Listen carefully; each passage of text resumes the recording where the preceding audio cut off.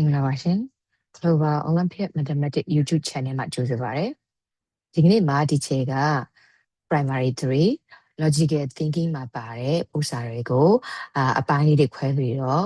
ရှင်းပြပေးမှာဖြစ်ပါတယ်။ဒီချက်ကတော့ဒီချက် global ဖြစ်ပါတယ်။ဟုတ်ပြီပထမဆုံးဒီချက်ကိုပုံစံလေးတစ်ပုဒ်အရင်ကြည့်ကြရအောင်။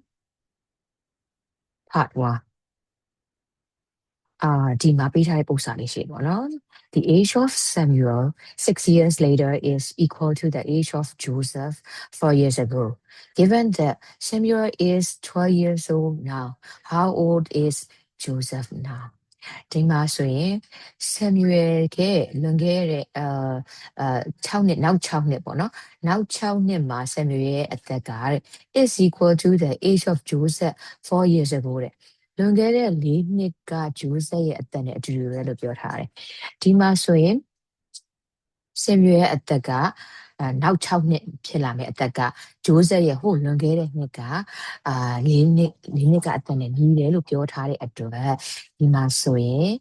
ဘသူကငယ်ပြီးတော့ဘသူကကြီးမှာလဲဆိုတော့ဆမ်မြွေကငယ်မှာပေါ့ဘာလို့ဆိုတော့သူကနောက်6နှစ်ကြာမှဖြစ်လာမယ့်အသက်နဲ့ဂျိုးဆက်ကဟိုလွန်ခဲ့တဲ့4နှစ်ကအသက်နဲ့တူနေရဆိုတဲ့အတွက်ဆမ်မြွေကရန်ကားဖြစ်မယ်ဂျိုးဆက်ကအိုဒါဖြစ်မယ်ဟုတ်ပြီဒါဆိုရင်ဒီချေတို့ကဒီပု္ပ္ပာမှာဘာကိုရှာကြည့်ရမလဲဆိုရင်သူတို့ရဲ့အသက်ကွာခြားချက်ကိုရှာရမယ်သူတို့ရဲ့အသက်ကွာခြားချက်ကဒီမှာ age gap ကနော်ဒီမှာ later 6 year later နဲ့4 years ago နဲ့ရှိတယ်အဲ့တော့ဘာလို့လဲမဆိုဒီချေတို့က age gap ကိုလို့ဆိုရင်တော့လွန်ခဲ့တဲ့နောက်လာမဲ့6နှစ်ရယ်လွန်ခဲ့တဲ့4နှစ်ရယ်ကိုပေါင်းပေးရမယ်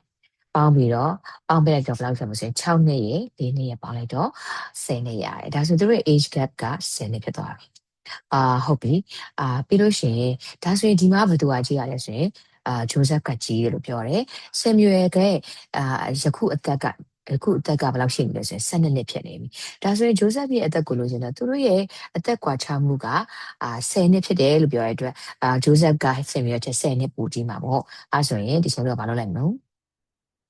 ဆမ်မြွေရဲ့အသက်12နှစ်ထဲကိုနောက်သူတို့ရဲ့အသက်ကွာခြားချက်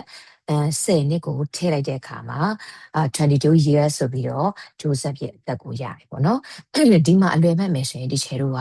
later ရဲ့အကိုရဲ့ပါလာပြီဆိုရင်အဲ့ later နဲ့အကိုနဲ့ကိုပေါင်းမယ်ဟုတ်ပြီနော် later နဲ့အကိုနဲ့ကိုပေါင်းလိုက်မယ်အဲ့တော့ later နဲ့အကိုနဲ့ကိုပေါင်းမယ်ပေါ့နော်ပေါင်းပြီးတဲ့အခါမှာဒီချေတို့ကဘယ်သူကိုရှားမှလဲကြည့်ရမယ်ပိုကြီးတဲ့သူကိုရှားမှလားပိုငယ်တဲ့သူကိုရှားမှလားကြည့်မယ်ပိုကြီးတဲ့သူရှာရင်ဘာလုပ်ပြရမလဲပေါင်းပေးမယ်